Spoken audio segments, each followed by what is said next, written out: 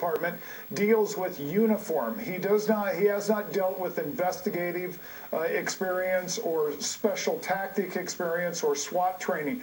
His experience is in uniform, and then his experience in the Navy. So if he does go underground, that plays to his advantage because it's a waiting game, but he has to surface if he wants to live out his manifesto. All right, so we see a lot of rage, a lot of anger.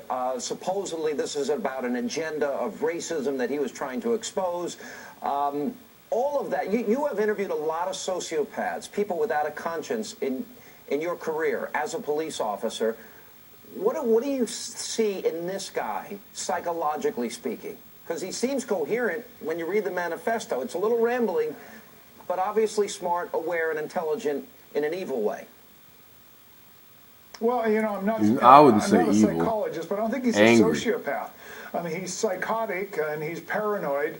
He slipped into this. He is the knight in shining armor going to. This help is the people, psychological and part now, that they're trying to manipulate him with. He slipped into this suspect role, thinking that if he takes out, you know, his death threats against the people that are causing these injuries to innocent people, that somehow he is going to be recognized as the white knight that comes to the rescue. I mean, he's really removed from reality. He's irrational at this point, and he's living out this fantasy, and it is a fantasy of his. All right, when they say, when the police See right there when say they say it is a fantasy, that's how they're trying to manipulate him in case he's watching. They make these statements to try and piss him off, to draw him out, to make him come out and try and restate or defend his beliefs. Here's what's going on with Dorner no one wants to talk about. Dorner is upset because cops lied and he lost his job. Now, anyone who's ever dealt with the police, you know, has maybe at some point experienced how the police can lie and then your life gets kind of turned upside down a little bit because of it. You know, you can get pulled over because you know you had something else in your hand and not a cell phone, and the cop just gives you the ticket anyway because he said you were on a cell phone, and you said, no, I didn't. I was holding this, and he said, no, I saw you were holding a cell phone, when in fact you were holding the thing, and the cop just lies, and you go to court, and they lie.